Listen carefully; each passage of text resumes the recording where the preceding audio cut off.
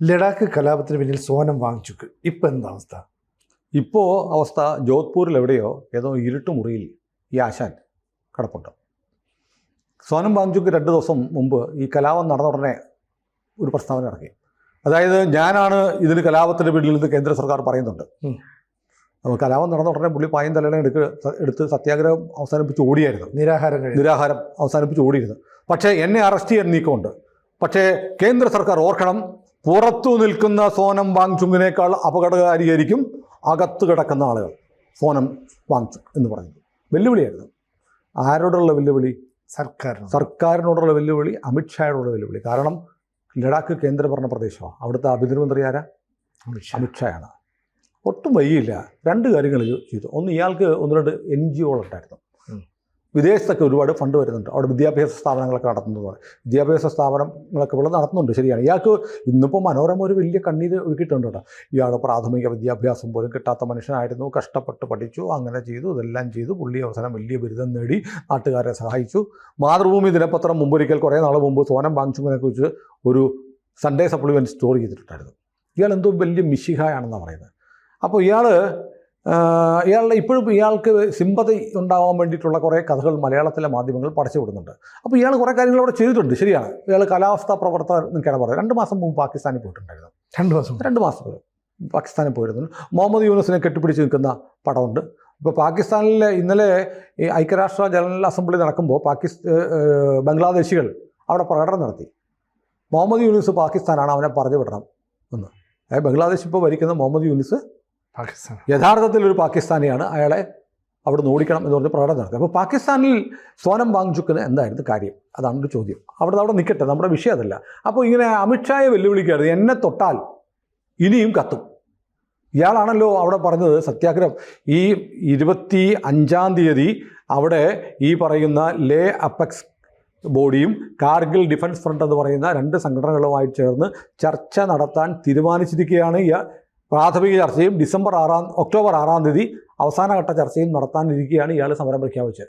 എന്നിട്ട് പറഞ്ഞു ബംഗ്ലാദേശ് കാണണം, നേപ്പാൾ കാണണം, അതുപോലുള്ള സമരം വേണം എന്നൊക്കെ പറഞ്ഞ് ഇയാൾ പ്രസംഗിച്ചാണ് പിള്ളേരെ ഇറക്കിയത്.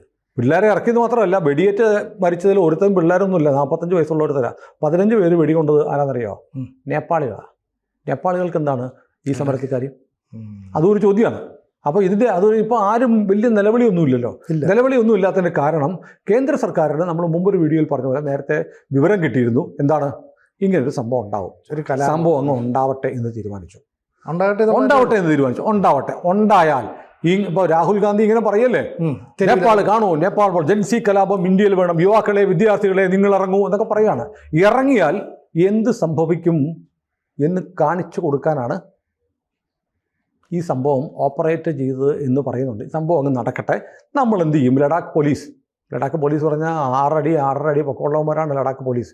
പിന്നെ ITBP, Indo Tibetan border police ഉൾപ്പെടെയുള്ള കേന്ദ്ര സേന അങ്ങ് ഇറങ്ങി അക്ഷരാർത്ഥത്തിൽ അടിച്ചങ്ങ് മെതിച്ചു. ടെസ്റ്റ് ഡോസ് മാത്രമല്ല, വെടിയുണ്ടകൾ സമ്മാനമായിട്ട് കൊടുത്തു. ഓരോ വീടുകളിലും കയറി ഈ സമരത്തിൽപ്പെട്ട ആളുകളെ പിടിച്ചു എന്നാണ് പറയുന്നത്. കാരണം ലഡാക്കിലാകെ 3 ലക്ഷം ജനങ്ങളേ ഉള്ളൂ. ഓരോ വീട്ടിൽ 3 ലക്ഷം ജനങ്ങളുള്ള സ്ഥലത്ത് ഒരു സംസ്ഥാനം ആക്കണം എന്നാണ് പറയുന്നത്. എന്നാലും 3 ലക്ഷം പേർക്ക് ഒരു മുഖ്യമന്ത്രി, മന്ത്രിമാർ, പിന്നെ ഉദ്യോഗസ്ഥർ. ഒന്ന് ആലോചിച്ച് നോക്കിയേ, എത്ര ബാലിശമായ ലഡാക്കിനെ എങ്ങനെ സംസ്ഥാനമാക്കാൻ പറ്റും? 3 ലക്ഷം ജനസംഖ്യയുള്ള ഒരു സ്റ്റേറ്റോ? നമ്മുടെ കൊച്ചി കോർപ്പറേഷനിൽ 10 ലക്ഷം പേരുണ്ട്. മനസ്സിലായില്ലേ? അപ്പോൾ അപ്രായോഗികമായ ഒരു ആവശ്യം ഉന്നയിച്ചാണ് ഈ സമരം. അപ്പോൾ ഇയാൾ അത് ഭീഷണിപ്പെടുത്തി, എന്നെ എങ്ങാനും അറസ്റ്റ് ചെയ്താൽ ഉണ്ടാവുന്നത്. ഇപ്പം ജൻസി ഇല്ല, ഒന്നുമില്ല, സോനം വാങ്ചുക്ക് ജയിലിലാണ്. അപ്പോൾ സോനം വാങ്ചുക്കിൻ്റെ പിന്നിൽ ആരാണ് എന്നുള്ള ചോദ്യം വളരെ പ്രധാനമാണ്. ഇപ്പം നോക്കൂ, ഷർജിൽ ഇമാം എന്ന് പറഞ്ഞൊരു വേന്ദ്രനുണ്ട്. ഈ ഉമർ ഖാലിദിൻ്റെ കൂടെ ജയിലിൽ കിടക്കുകയാണ്. ഷർജിൽ ഇമാം എന്താ പറയുന്നറിയാമോ? അതായത് നമ്മൾ പ്രക്ഷോഭം ഉണ്ടാക്കണം. പ്രക്ഷോഭം ഉണ്ടാക്കിയിട്ട് എന്ത് ചെയ്യണം? നോർത്ത് ഈസ്റ്റിനെ ഇന്ത്യയുമായി ബന്ധിപ്പിക്കുന്ന ചിക്കൻ നെക്ക് അങ്ങ് കട്ട് ചെയ്താൽ നോർത്ത് ഈസ്റ്റ് മേഖല സ്വതന്ത്ര രാജ്യമാവും. അതിലേക്ക് നമ്മൾ സംഘടിക്കണം എന്ന് പ്രസംഗിച്ച ഓർമ്മയുള്ളൂ. പിന്നെ വെളിച്ചം കണ്ടിട്ടില്ല, സൂര്യപ്രകാശം കണ്ടിട്ടില്ല.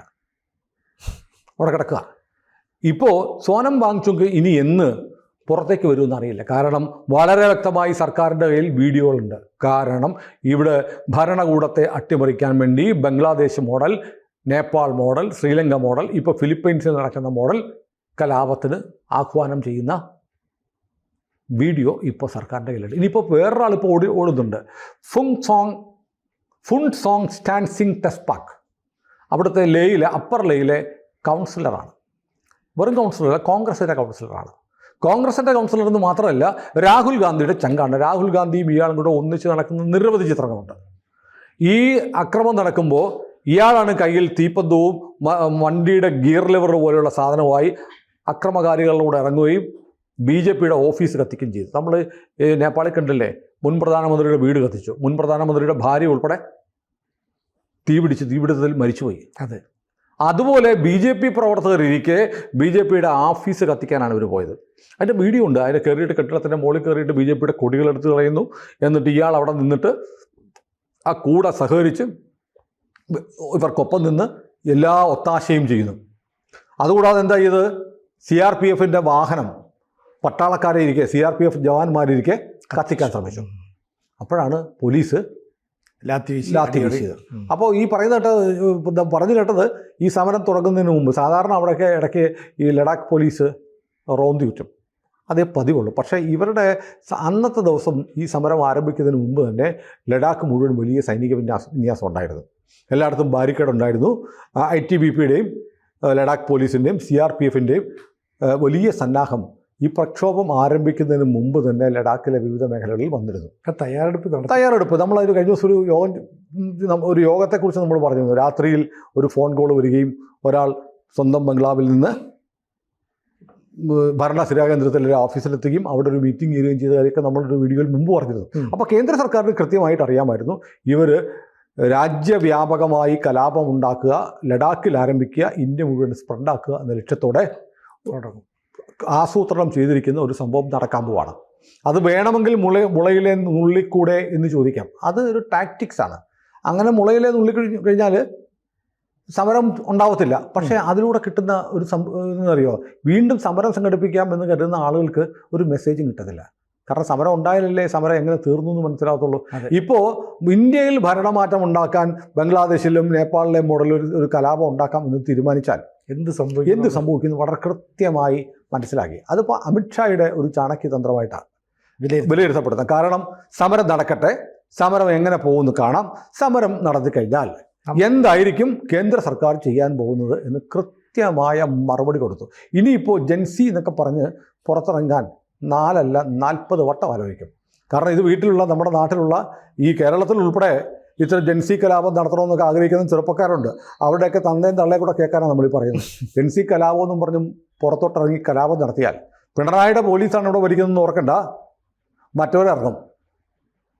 ഒരു സംശയവുമില്ല, ഉറപ്പായിട്ടും കൈകാര്യം ചെയ്യും, ഉരുക്ക് മുഷ്ടി കൊണ്ട് കൈകാര്യം ചെയ്യും. കാരണം അമിത്ഷാ നിങ്ങൾ വിചാരിക്കുന്ന ആളൊന്നുമല്ല. കാരണം മാത്രമല്ല, കഴിഞ്ഞ ദിവസം ഒരു സുപ്രധാനമായ തീരുമാനം വന്നിട്ടുണ്ട്. അടിയന്തരാവസ്ഥ കാലം മുതൽ ഇന്ന് വരെ ഇന്ത്യയിൽ നടന്നിട്ടുള്ള ഇതുപോലെയുള്ള പ്രൊട്ടസ്റ്റുകളെക്കുറിച്ചുള്ള ഡീറ്റെയിൽ റിപ്പോർട്ട് തരാൻ കേന്ദ്ര ആഭ്യന്തരമന്ത്രി ആവശ്യപ്പെട്ടിരിക്കുക. കാരണം ഇവിടെ ഒരു കലാപം ഉണ്ടാക്കാൻ വേണ്ടിയുള്ള ശ്രമം നടക്കുകയാണ്. ഇയാൾ ഹൈഡ്രജൻ ബോംബ്, പ്ലൂട്ടോണിയം ബോംബ്, തേങ്ങാ ബോംബ് എന്നൊക്കെ പറയുന്നുണ്ടല്ലോ. ഇതിൻ്റെയൊക്കെ ലക്ഷ്യം അവസാനം ഇതൊക്കെ പറഞ്ഞ് ഏതെങ്കിലും ഒരു ഘട്ടത്തിൽ കുറേ ആളുകളെ തെരുവിൽ ഇറക്കാൻ പറ്റുമോ എന്നാണ് രാഹുൽ ഗാന്ധി നോക്കിക്കൊണ്ടിരിക്കുന്നത്. അപ്പോൾ 75 കാലത്ത് അടിയന്തരാവസ്ഥ കാലം മുതൽ ഇതുവരെ നമ്മുടെ രാജ്യത്ത് ഏതാണ്ട് 10-45 വർഷക്കാലം ഇവിടെ നടന്ന വിവിധ പ്രക്ഷോഭങ്ങളുടെ സ്വഭാവം, അവ എങ്ങനെ സമാപിച്ചു, അതിൻ്റെ പരിസമാപ്തി എന്തായിരുന്നു, അതിനെ എങ്ങനെ ഹാൻഡിൽ ചെയ്തു തുടങ്ങിയ വിവരങ്ങൾ ഹാജരാക്കാൻ കേന്ദ്ര ആഭ്യന്തര വകുപ്പ് ഉത്തരവിട്ട് കഴിഞ്ഞു. അതായത് ഈ സമരങ്ങളുടെ ഒരു പാറ്റേൺ പിടിക്കാൻ പോവുക. അതനുസരിച്ചുള്ള ഒരു നീക്കം ഇനി ഇന്ത്യയിലുണ്ടായാൽ ഒരു സംശയവുമില്ല, ഉരുക്കു മുഷ്ടി കൊണ്ട് നേരിടുമെന്ന് ഉള്ള ഇന്ത്യ സർക്കാരിൻ്റെ പ്രഖ്യാപനം കൂടിയാണ് നമ്മൾ അവിടെ കണ്ടത്. ഏതായാലും സംഗതിക്കൊക്കെ ഒരു മാറ്റം വന്നിട്ടുണ്ട്. കാർഗിൽ ഡിഫൻസ് ഫ്രണ്ട് KDA എന്ന് പറയുന്ന കാർഗിലിലെ സംഘടന, ആ സംഘടനയ്ക്കകത്ത് ഭൂരിപക്ഷം മുസ്ലിങ്ങളാണ് കേട്ടോ. ലേ അപ്പെക്സ് ബോഡി LAB അത് കൂടുതലും ബുദ്ധമതത്തിൽപ്പെട്ട ആളുകളാണ്. ഇവർ രണ്ടുപേരും ഉൾപ്പെടുന്ന ഈ ഒരു സംഘത്തെ ഇപ്പോൾ കേന്ദ്രം നേരത്തെ തീരുമാനിച്ച് 25-ാം തീയതി ചർച്ച നടക്കേണ്ടതാണ്. പ്രാഥമിക ചർച്ച ഒക്ടോബർ 6 നടക്കുന്ന ചർച്ചയ്ക്ക് മുന്നോടിയായിട്ടുള്ള പ്രാഥമിക 1-ാം ഘട്ടം ചർച്ചയ്ക്ക് വേണ്ടി അവരെ ഇപ്പോൾ വിളിച്ചിട്ടുണ്ട്. ഇവർ 7 പ്രതിനിധികളിപ്പോൾ ഡൽഹിയിലേക്ക് പോയിട്ടുണ്ട്. സമരം ജൻസി കലാപം വന്ന വഴിയെ തീർന്നു.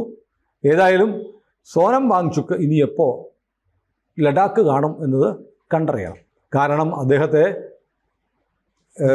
അറസ്റ്റ് ചെയ്തിരിക്കുന്നത് NSA ആക്ട് പ്രകാരമാണ്, നാഷണൽ സെക്യൂരിറ്റി ആക്ട് പ്രകാരമാണ്. NSA ആക്ടിൻ്റെ പ്രത്യേകത എന്നറിയാമോ? വിചാരണ കൂടാതെ തടവിൽ വയ്ക്കാം.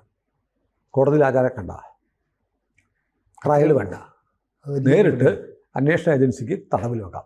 അതാണ് നാഷണൽ സെക്യൂരിറ്റി ആക്ടിൻ്റെ പ്രത്യേകത. കാരണം കോടതിയിൽ ഹാജരാക്കി പിന്നെ ട്രയൽ നടപടിയൊന്നും നടത്തണ്ട, കുറേ കാലത്തേക്ക് സ്വമേധയാ നിയമപ്രകാരം ചെയ്യാം. അപ്പോൾ സോനം വാങ്ചുക്ക് നല്ല സ്ഥിതിയിലേക്ക് പുറത്തു വരാനുള്ള സാധ്യത വളരെ കുറവാണ്. കൂടുതൽ വാർത്തകളും വിശേഷങ്ങളും നിങ്ങളിലേക്ക് എത്താൻ ABC മലയാളം സബ്സ്ക്രൈബ് ചെയ്യുക, ബെൽബട്ടനും അമർത്തുക.